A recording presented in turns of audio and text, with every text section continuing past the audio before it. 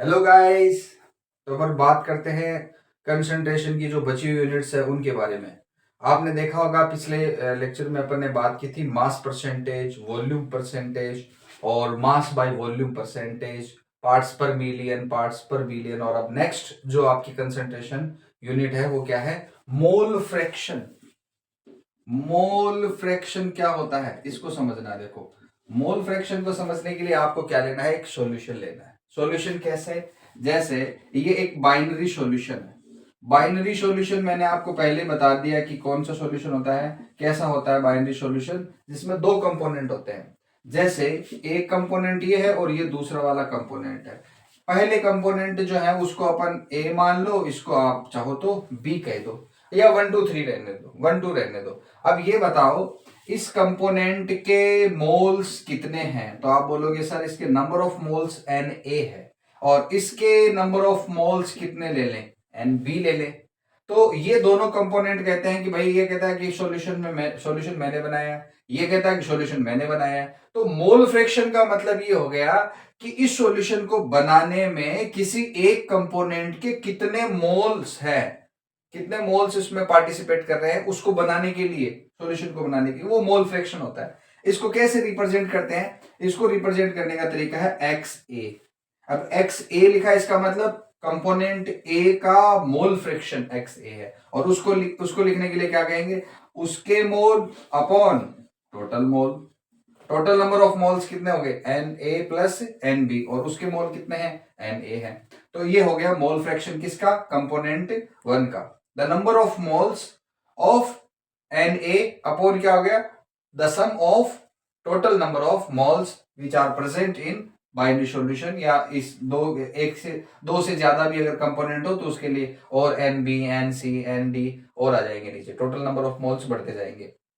लेकिन जनरली मैंने क्या लेके चला हूं? दो कंपोनेंट लेके चला हूं। अब इसके मोल फ्रैक्शन को निकालेंगे तो कैसे लिखेंगे? X B. एक्स बी बराबर क्या लिखेंगे? एन बी, यानी उसके mole upon total moles.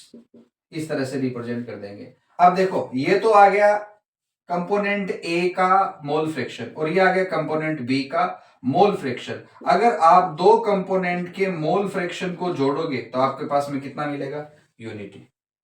The mole fraction of all component will be unity. क्या होगा? एक होगा। कैसे? आप चाहते हो इसको देख सकते हो। देखो, एक्स ए और एक्स बी को अगर आप कर दोगे तो आपको इनको दोनों को जोड़ना है, n A upon n A plus N B, और एक्स बी की वैल्यू क्या है? N B upon n A plus N B. आप बताओ इन दोनों का एलसीएम लोगे तो कितना आएगा आपके पास में? एन ए प्लस ऊपर क्या बचा? N A plus N B बचा। अब बताओ इन दोनों को कैंसिल आउट करोगे, कितना आ जाएगा? 1। तो कंपोनेंट दो हो या दो से ज्यादा हो, सब कंपोनेंट का मोल फ्रैक्शन का जो सम होता है वो हमेशा एक होता है। और इसको आगे जाकर के इसी चैप्टर में बार बार यूज करेंगे कि x1 प्लस x2 का जो सम है वो कितना होता है? एक होता है। x2 बराबर कितना होता है? 1 माइनस x1 होता है। x1 बराबर कितना होता है? 1 माइनस x2 होता है। तो इस तरह से अपन जो है वो इसको आगे जाकर के यूज भी करेंगे। ये होता है मोल फ्रैक्शन। अब देखो क्या होता है कि क्वेश्चन में आपको जब क्वेश्चन पूछेंगे ना मोल फ्रैक्शन का, तो उसमें कई बार क्या होता है, डायरेक्ट नंबर ऑफ मोल्स जो है ए और बी के दे देते हैं, एन ए और एन बी की वैल्यू गिवन होती है। तब तो आपको कोई दिक्कत नहीं, आप सीधा क्या करो, putting the value find the answer, उस टाइप से मोल फ्रैक्शन निकाल सकते हो। लेकिन कई बार क्या होता है, मोल्स नहीं देते हैं, तो उस समय हमें क्या करना पड़ता है? मोल्स निकालने पड़ते हैं। और मोल्स निकालने का तरीका क्या है? मोल्स बराबर होता है mass upon molar mass. Mass upon molar mass. जैसे मान लीजिए आपके पास में 40 ग्राम अन्य OH दे दिया। अब इसके आपको मोल्स पूछने हैं, तो इसके इसके आपको मोल फ्रैक्शन निकाले तो सबसे पहले आपको क्या निकालना पड़ेगा? मोल्स निकालने पड़ेंगे। तो मोल्स कैसे निकालेंगे? आप कहोगे मास। मास कितना दे रखा है? 40 ग्राम। अब अन्य OH जो होता है उसका मोलर मास निकालना है। देखो, अन्य का मोलर मास है 23, ऑक्सीजन का है 16 और हाइड्रोजन का है 1। पता है ना आपको सोडियम कितने नंबर पे है? 11 नंबर पे। और एक ज्यादा न्यूट्रॉन तो 23, और ऑक्सीजन 8 नंबर पे, डबल कर दो 16। और हाइड्रोजन में न्यूट्रॉन होता नहीं, इसलिए इसका एटॉमिक मास कितना? 1। सबको जोड़ोगे कितना आएगा? 40। तो देखो बाय द वे मास भी 40 और इसका मोलर मास भी कितना है 40, तो कितने मोल्स आ गया 1 मोल आ गया। तो इस तरह से कई बार क्या करना पड़ता है, हमें मोलर मास और मास दोनों से क्या करना पड़ेगा, मोल्स निकालने पड़ेंगे अगर आपको मोल्स गिवन नहीं होंगे तो। इस तरह से हम कर सकते हैं। ये तो हुआ क्या, मोल फ्रैक्शन। अब सेकंड जो यूनिट है आपकी वो क्या है, मोलैरिटी है। मोलैरिटी को देखते हैं। देखो मोलैरिटी, मोलैरिटी है। मोलैरिटी को रिप्रेजेंट करते हैं कैपिटल एम से। देखो मोलैरिटी बराबर क्या होता है, मोलैरिटी का मतलब होता है the number of moles of solute which are present in 1 liter solution, 1 liter solution is called molarity। यानी कि आपके पास में सॉल्यूशन का मेकअप हो रखा है, ये ऑलरेडी एक सॉल्यूशन बना हुआ है और ये कितना बना हुआ है, 1 लीटर सॉल्यूशन बना हुआ है। अब सॉल्यूशन बोला इसका मतलब इसमें सॉल्यूट और सॉल्वेंट दोनों इंक्लूड होंगे, दोनों मिलाकर के जो है वो 1 लीटर है। अब उस 1 लीटर में से सोल्यूट जो है वो मास में नहीं है, वॉल्यूम में नहीं है, वो किस में है, मोल्स में है। मोल्स ऑफ सोल्यूट है और मोल्स ऑफ सोल्यूट इसमें कितना है 1 लीटर में। जैसे मान लो आपको कह कहते 5 मोल है, 5 मोल सोल्यूट है और सोल्यूट के फॉर्म में क्या ले सकते हैं, चीनी लो, नमक लो, कुछ भी लो, सोल्यूट होना चाहिए जो डिजोल्व हो सके इसके अंदर, जो सॉल्यूशन बन सके। और वो उसके जो मोल्स है वो कितने हैं, 5 मोल्स है सोल्यूट के। अब फॉर एग्जांपल अपने लिए ऐसे, तो जो सॉल्यूशन है 1 लीटर उसमें सोल्यूट के जितने भी मोल्स होंगे उसको हम क्या बोलेंगे, मोलैरिटी कहेंगे। इसलिए कहते हैं the number of moles of solute और which are present in 1 litre solution is called molarity. अब बताओ मोलैरिटी बराबर आप क्या लिखेंगे, मोलैरिटी बराबर लिखेंगे number of moles upon volume.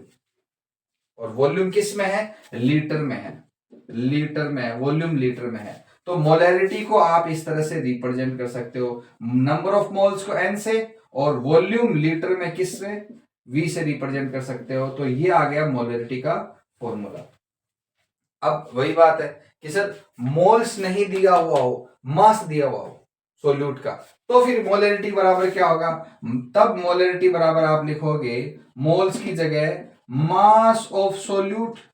Moles को कैसे निकालते हैं, mass of solute upon molar mass of solute और इनटू क्या कर देंगे, वॉल्यूम कर देंगे। और ये वॉल्यूम किस में आएगा, लीटर में आएगा, लीटर में रिप्रेजेंट करेंगे इसको। अब देखो मैंने एक बात कह रखी है आपको कि जब कभी भी सोल्यूट की बात आए ना तो उसको या तो आप 2 नंबर से रिप्रेजेंट किया करो या फिर आप 20 से रिप्रेजेंट किया करो।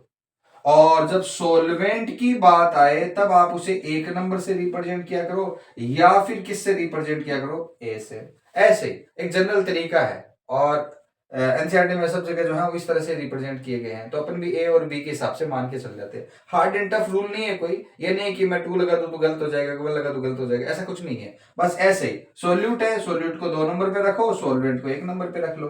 तो अब देखो मोलैरिटी को अगर हम एक छोटा सा फॉर्मूला लिखना चाहें तो मोलैरिटी की जगह हम ऐसे लिख सकते हैं क्या, मोलैरिटी बराबर मास है। मास का मतलब क्या हो गया, वेट। वेट को किससे रिप्रेजेंट करेंगे, डब्ल्यू से। अब ये डब्ल्यू किसका है, सोल्यूट का। और सोल्यूट को किससे रिप्रेजेंट करेंगे, बी से, इसलिए इसके नीचे क्या लिख देंगे, डब्ल्यू बी। और फिर नीचे क्या लिखा हुआ, molar mass of solute. Molar mass को किससे रिप्रेजेंट करें, कैपिटल एम से। और वो भी किसका मोलर मास है, सोल्यूट का। सोल्यूट को किससे रिप्रेजेंट करते हैं, बी से। तो W B upon M B, ये किसकी जगह लिख दिया, number of moles of solute की जगह रख दिया। अब बच गया कौन, वॉल्यूम। और वॉल्यूम किसका है, सॉल्यूशन का है। ना वो ए है ना वो बी है, ए और बी दोनों के मिला देने से जो है वो सोल्यूट बना हुआ है, सॉल्यूशन बना हुआ है। उसके नीचे कोई टैग नहीं लगाएंगे। लेकिन ये भैया है किसमें, लीटर में है volume.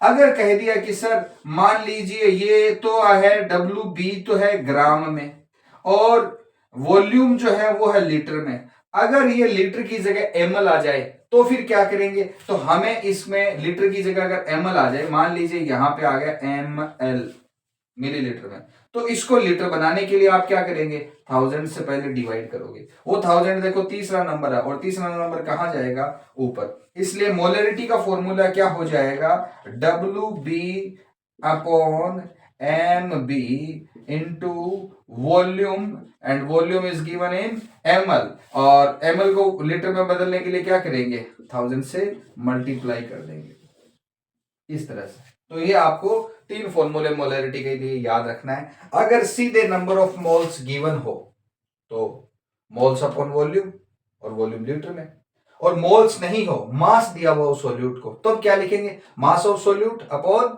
Molar mass of solute, और वॉल्यूम है ये लीटर में। इसको अपन इस तरह से रिप्रेजेंट कर सकते हैं, WB upon MB into V किस में, लीटर में। अगर ml में दिया हुआ हो तो उसको लीटर बनाएंगे, लीटर बनाने के लिए उसमें 1000 का डिवाइड करेंगे, और वो 1000 कहां लिख देंगे, ऊपर। सिंपल एनसीईआरटी में जो है वो न्यूमेरिकल्स है, जिसमें क्या करना है, मोल्स दे रखा है, वॉल्यूम से डिवाइड किया है, बस आ गया मोलरिटी।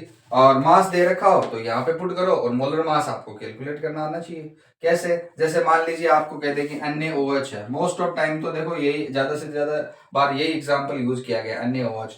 तो NaOH का एटॉमिक नंबर कितना है, 11। इसको जस्ट डबल करो सर 22, पर एक न्यूट्रॉन ज्यादा तो आप क्या लिखोगे, 23। और ऑक्सीजन कितने नंबर पे, 8, डबल कर दो 16 हो गए। हाइड्रोजन कितने नंबर पे, 1। सर इसमें न्यूट्रॉन नहीं है, चलो छोड़ो, 1 ही रखो, तो कितना हो गया मास, ये हो गया 40। इसी तरह से मान लीजिए H2SO4 आ जाए तो क्या करेंगे, हाइड्रोजन का एटॉमिक मास 1, 2 हाइड्रोजन है तो क्या लिखेंगे, 2। सल्फर के लिए कितना होता है, सल्फर 16 नंबर पे 32 कर दो। ऑक्सीजन के लिए कितना होता है, 8 नंबर पे, 8 का डबल करो 16। 4 के लिए कितना हो गया, 64, सबको जोड़ो 98, तो ये मोलर मास आ गया। इस तरह से जोड़ लेंगे तो सीधा सिंपल है, मास दिया होगा, मोलर मास से डिवाइड करना है, और वॉल्यूम आपको गिवन होगा। लेकिन भैया वॉल्यूम से याद आया एक बात, कि कई बार वॉल्यूम गिवन नहीं होता। गिवन वॉल्यूम नहीं होगा तो फिर उस समय आपको क्वेश्चन में जरूर डेंसिटी दी हुई होगी। और डेंसिटी का मतलब क्या होता है, डेंसिटी का मतलब होता है mass upon volume. Mass upon volume बराबर क्या होता है, डेंसिटी। और डेंसिटी हमेशा कब बनती है, जब किसी सॉल्यूशन में सॉल्यूट डिसोल्व होने के बाद में वो सॉल्यूशन कितना डेंस है, कितना कंसंट्रेटेड है, डाइल्यूटेड है, कितना गाढ़ा है, कितना पतला है, हाउ मच डेंस है वो, कितना घना है। तो डेंसिटी किसकी होगी, वो सॉल्यूशन की होगी, गिवन होगी। तो उस समय मास किसका होगा, वो मास ऑफ सॉल्यूशन होगा। वॉल्यूम किसका होगा, वो वॉल्यूम भी सॉल्यूशन का होगा, ये ध्यान रखना। तो अगर डेंसिटी दी हुई होगी तो हम क्या करेंगे, सॉल्यूट और सॉल्वेंट को जोड़ करके सॉल्यूशन का मास निकाल लेंगे, और मास निकाल लेंगे, और फिर उसके बाद में डेंसिटी गिवन होगी, सॉल्यूशन का मास आपको पता है, तो यहां से आपको वॉल्यूम मिल जाएगा। तो इस तरह से अगर वॉल्यूम नहीं गिवन होगा तो पक्का ही क्वेश्चन में क्या गिवन होगी, डेंसिटी गिवन होगी। तो डेंसिटी, अब बताओ वॉल्यूम बराबर क्या लिख दोगे आप, वॉल्यूम बराबर लिख दोगे मास अपॉन डेंसिटी। तो या तो आप वॉल्यूम को सोल्व करना, या फिर क्या करना, ये जो वॉल्यूम की यूनिट है इसकी जगह क्या करना, WB upon MB into 1000 ml में है अगर, तो वॉल्यूम को क्या करोगे, वॉल्यूम की जगह क्या लिखोगे, मास अपॉन डेंसिटी। डेंसिटी कहां रख दोगे, ऊपर रख दोगे, ऐसे करके सोल्व कर लोगे। ये जो मास रखोगे वो किसका रखोगे, सॉल्यूशन का, और ये डेंसिटी किसकी होगी, सॉल्यूशन की होगी। अगर इस टाइप से क्वेश्चन है तो डेंसिटी से सोल्व कर लेंगे। बात आ गई समझ में, करेंगे ये यूनिट्स होने के बाद में एनसीईआरटी के सारे क्वेश्चंस करेंगे। अब इसके बाद में अगली यूनिट कौन सी आती है, मोलैलिटी। तो भाई अगली यूनिट है आपके मोलैलिटी। मोलैलिटी को रिप्रेजेंट किया जाता है स्मॉल m से। मोलैलिटी का मतलब क्या होता है, the number of moles of solute, जो कि सोल्यूट के मोल्स हैं जो किस में प्रेजेंट है, प्रेजेंट इन 1 kg सोलवेंट। बस भैया यहीं पे फर्क आ गया मोलैरिटी और मोलैलिटी में। मोलैरिटी में तो यहां था the number of moles present in 1 litre solution, और ये आ गया 1 kg सॉल्वेंट। वो तो सॉल्यूशन में मोल्स है और ये किस में मोल्स है, सोलवेंट में मोल्स है, और वो भी सॉल्वेंट कितना लिया गया है 1 kg। तो इसलिए इसको हम क्या बोलेंगे, मोलैलिटी कहेंगे। अब मोलैलिटी बराबर आप क्या लिखोगे, वही मोल्स अपॉन वॉल्यूम ना भाई, मोलैलिटी थोड़ी है, वॉल्यूम की जगह क्या लिखना है 1 kg सोलवेंट, यानी मास ऑफ सोलवेंट। और मास ऑफ सोलवेंट जो आएगा वो किस में लिखना है आपको, केजी में लिखना है, और ऊपर क्या जाएंगे मोल्स ऑफ सोल्यूट आ जाएगा। अब बताओ सोल्यूट के मोल्स को किससे रिप्रेजेंट करेंगे, NB से। और मास ऑफ सोलवेंट, मास यानी वेट, और सोलवेंट के लिए क्या लगाते हैं 1 नंबर या फिर A, WA, और WA किस में है, केजी में है। सर मोल्स नहीं दिए हुए हो तो वही फटी पुरानी बात पहले वाली, क्या कि भाई मोल्स अगर नहीं दिया होगा तो मास दिया हुआ होगा, और मास दिया हुआ होगा तो हम क्या कर देंगे, मास ऑफ सोल्यूट कर देंगे भैया, और नीचे क्या लिखेंगे molar mass of solute, he solute का ही मास और सोल्यूट का ही मोलर मास, और अपॉन क्या इनटू क्या कर देंगे मास ऑफ सोलवेंट करेंगे, वॉल्यूम नहीं करेंगे, बार बार वॉल्यूम मत बोल देना, ये केजी में है। अब देखो एब्रीवेशन की फॉर्म में रिप्रेजेंट करते हैं, मास है, मास को क्या बोलेंगे वेट, किसका है सोल्यूट का, सोल्यूट के लिए क्या लगाते हैं बी, बोलना नहीं चाहिए वापस से।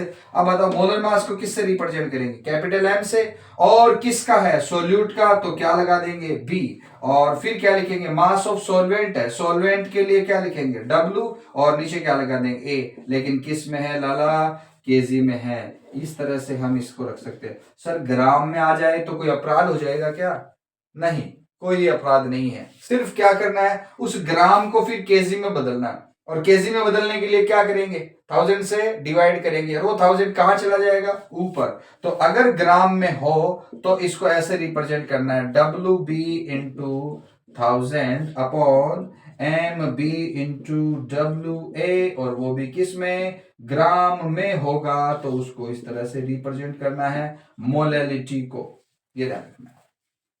क्लियर है। अब वही सारी कहानियां, इसमें तो कोई वॉल्यूम है नहीं तो डेंसिटी का कोई रोल नहीं है, इसलिए आसानी से हो जाएगा सीधा। ए मोल्स दे रखे हैं तो मोल्स रखो, वेट ऑफ सॉल्वेंट रखो, ठीक। मोल नहीं हो, सोल्यूट का वेट दिया हुआ हो, मोल्स नहीं हो, सोल्यूट का वेट दिया हो तो ये लो, ये फॉर्मूला यूज करो, केजी में, ग्राम में दिया हो तो 1000 से मल्टीप्लाई करो, इजी। आई बात समझ में। सो नेक्स्ट आपके यूनिट है नॉर्मेलिटी। वाओ, नॉर्मेलिटी जो है वो किससे रिप्रेजेंट करेंगे, एन से। और नॉर्मेलिटी का मतलब क्या होता है, the number of equivalent of solute which are present in 1 liter solution। 1 litre solution में कितने इक्विवेलेंट है सोल्यूट के, कितने नंबर ऑफ इक्विवेलेंट है सोल्यूट के, उसको क्या बोलेंगे नॉर्मेलिटी कहेंगे। ये इक्विवेलेंट क्या होता है अभी बताते हैं, इक्विवेलेंट क्या होता है। नॉर्मेलिटी को रिप्रेजेंट करने के लिए आप क्या लिखोगे, number of equivalent of solute upon क्या लिखना है आपको, वॉल्यूम ऑफ सॉल्यूशन, और वॉल्यूम ऑफ सॉल्यूशन किस में रहना है, लीटर में रहना, ये ध्यान रखना। अब क्या होता है सर, ये मोल्स जैसा नहीं होता क्या, मोल्स जैसा नहीं होता क्या, मोल्स जैसा नहीं होता क्या, नहीं मोल्स नहीं लिखना है सर। इक्विवेलेंट वेट होता क्या है, तो इक्विवेलेंट वेट का मतलब समझना, equivalent numbers of equivalent weight नहीं, नंबर ऑफ इक्विवेलेंट बराबर क्या होता है, तो आपको ये ध्यान रखना है। इसका मतलब होता है कि आपको निकालना है mass of solute upon, sir moles था तो ऐसे ही कर रहे थे, मोल्स बराबर क्या कर रहे थे mass of solute upon molar mass नहीं करना है, बस आपको क्या लिखना है इक्विवेलेंट लिखना है, equivalent weight, equivalent weight, equivalent weight से डिवाइड कर देना मास ऑफ सॉल्यूट को, बस। फिर नई बात आ गई, ये इक्विवेलेंट वेट क्या होता है? इक्विवेलेंट वेट को निकालने के लिए आपको क्या करना है, आपके पास में जितना मोलर मास हो उसको n फैक्टर से डिवाइड कर दो, नहीं वैलेंसी फैक्टर से डिवाइड कर दो, नहीं v फैक्टर से डिवाइड कर दो, एक ही बात है। कुछ लोग n फैक्टर बोल देते हैं, कुछ v फैक्टर बोल देते हैं। वैलेंसी फैक्टर से डिवाइड कर दो, आपका मोलर मास जो है उसको वैलेंसी फैक्टर से डिवाइड कर दिया जाता है, तो क्या आ जाता है? इक्विवेलेंट वेट आ जाता है। अब ये इक्विवेलेंट वेट क्या होता है? तो अब सुनो, इक्विवेलेंट वेट बराबर क्या लिखेंगे? इक्विवेलेंट वेट बराबर आपको क्या लिखना है? Molar mass upon valency factor, valency factor. अब फिर सर नई चीजें आती जा रही है, फिर ये वैलेंसी फैक्टर क्या होता है? बात तो आगे से आगे बढ़ती जा रही है। वैलेंसी फैक्टर का मतलब होता है कि जैसे सोडियम क्लोराइड है, जैसे सोडियम क्लोराइड पे प्लस और माइनस है, तो टोटल चार्ज ऑन केटाइन कितना है? +1।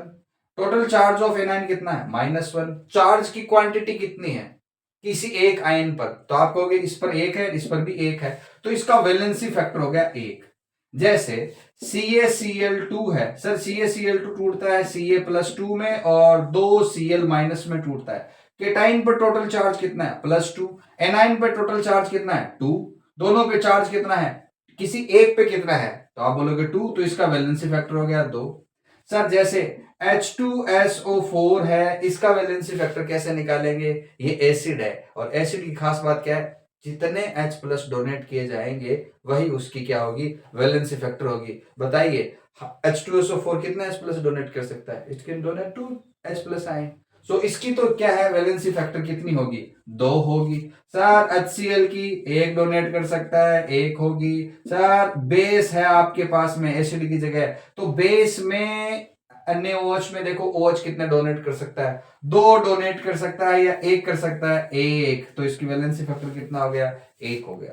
तो बेस की वैलेंसी फैक्टर कैसे निकालोगे कि वो एक सॉल्यूशन में कितने OH- आयन डोनेट कर रहे हैं, और एसिड के लिए क्या निकालेंगे? कितने H+ आयन डोनेट कर रहा है, उसके हिसाब से जो है वो वैलेंसी फैक्टर निकाल लेंगे। आयंस जो होंगे, आयोनिक कंपाउंड होंगे, उनमें क्या करना है? केटाइन और एनाइन के ऊपर टोटल, दोनों में से किसी एक पर से टोटल चार्ज आपको कैलकुलेट कर लेना, वही उसकी वैलेंसी फैक्टर होता है। अब क्या है कि ये चीजें जो है वो आपको क्वेश्चन करने से समझ में आएगी। देखो कैसे, पहले नॉर्मेलिटी का फॉर्मूला लिखते हैं। सबसे पहले बताओ, अगर इक्विवेलेंट वेट अपने को गिवन हो तो कैसे निकलेंगे? Number of equivalence upon volume. Volume किस में? लीटर में। ये तो हो गया पहला फॉर्मूला नॉर्मेलिटी का। वैसे ही मोलरिटी में था ना, जैसे number of moles upon volume. अब की बार नंबर ऑफ मोल्स नहीं है, नंबर ऑफ इक्विवेलेंट है, इक्विवेलेंस है, तो number of equivalence upon volume कर दिया। अब नंबर ऑफ इक्विवेलेंट वेट नहीं है, तो फिर फॉर्मूला क्या होगा? नॉर्मेलिटी बराबर इक्विवेलेंट वेट की जगह अपन क्या लिखेंगे? Molar mass of solute WB upon equivalent weight, equivalent weight into volume. Volume किस में? लीटर में। सर ये सेकंड फॉर्मूला हो गया। अब मान लीजिए आपके पास में इक्विवेलेंट वेट नहीं है, तो मोलर मास तो होगा ना, तो मोलर मास लिख दो इसकी जगह, और इक्विवेलेंट वेट की जगह आप रखेंगे तो ऐसे आएगा मास ऑफ सॉल्यूट अपॉन क्या लिखोगे? सर इक्विवेलेंट वेट नहीं है, मोलर मास है, तो मोलर मास रख दो। मोलर मास, मोलर मास को किससे रिप्रेजेंट करेंगे? कैपिटल M से। सोल्यूट का इसलिए B लगाएंगे, और इसको किससे डिवाइड करना है? वैलेंसी फैक्टर से डिवाइड करना है, और इनटू क्या हो जाएगा? वॉल्यूम आ जाएगा। अब बताओ वैलेंसी फैक्टर कहां चला जाएगा? ऊपर चला जाएगा। तो नया फॉर्मूला क्या होगा? नया फॉर्मूला हो जाएगा N = WB into valency factor upon क्या हो जाएगा? मोलर मास ऑफ सोल्यूट, और इनटू क्या हो जाएगा? वॉल्यूम, वो भी किस में? लीटर में। लीटर की बात चल रही है, ये फॉर्मूला आ जाएगा। तो जैसे क्वेश्चन में आपके पास में डाटा होंगे, वो वाला फॉर्मूला आप यूज करते चले जाएंगे। बात है कि समझ में? जैसे मान लीजिए, अच्छा एक चीज यहां से नई निकल के और आ रही है। आप मुझे बताओ mass of solute upon molar mass into volume, इतना इतना आप मैचिंग करो, देखे क्या होता है। इतना इतना mass of solute upon molar mass का मतलब होता है मोल्स, और मोल्स अपॉन क्या हो गया, वॉल्यूम। तो मोल्स अपॉन वॉल्यूम को हम क्या बोलते हैं, मोलैरिटी। यस, बिल्कुल लादुलाल जी आपने बिल्कुल सही कहा है। क्या होगा, मोल्स अपॉन वॉल्यूम, मोलैरिटी। और मोलैरिटी अगर यहां पे रख देंगे तो यहां तो रख देंगे मोलैरिटी, और इनटू बच गया क्या, वैलेंसी फैक्टर। लो भाई, एक रिलेशनशिप और आ गई इन दोनों के बीच में। और इस पर बहुत सारे ऑब्जेक्टिव क्वेश्चंस हैं नीट में कि भाई आपको मोलैरिटी गिवन होगी, नॉर्मेलिटी पूछेंगे, नॉर्मेलिटी गिवन होगी, मोलैरिटी पूछेंगे, तब उस समय आपको क्या आना चाहिए, वैलेंसी फैक्टर आना चाहिए। और आंख बंद करके बता रहा हूं आपको, H2SO4, HCl, NaCl, CaCl2, NaOH, ये सब ही पूछे गए हैं बार बार। तो आपको इनका वैलेंसी फैक्टर पता होना चाहिए कैसा होगा। हाँ, एक ये जरूर है, आपको कह दे भाई ये एसिड है H3PO4, इनमें बताओ क्या है, वैलेंसी फैक्टर कैसे निकालोगे। अब जो फोस्फोरस के जो एसिड है उसके में क्या होता है कि एक तो फोस्फोरस है और आपको एक पीओ बॉन्ड बनाना है, एक ऑक्सीजन खर्च हो गया, बच के कितने ऑक्सीजन, 3। उन 3 ऑक्सीजन को 3 हाइड्रोजन के साथ सेटिंग करवा दो, 3 OH हो गए, तो वो 3 OH डायरेक्ट आपको जोड़ देने हैं। अब फोस्फोरस के साथ देखो कितने OH है, 3। तो हर OH के साथ से यहां से क्या निकल सकता है, H+ निकल सकता है। तो कितनी होगी इसकी, इस एसिड की बेसिसिटी कितनी हो गई, 3। कितने H+ डोनेट कर सकता है, 3। तो इसका वैलेंसी फैक्टर हो गया 3। लेकिन मान लो आपसे ऐसे पूछ ले कि भाई इसका वैलेंसी फैक्टर बताओ, जैसे इसका वैलेंसी फैक्टर बताओ इस एसिड का H3PO3।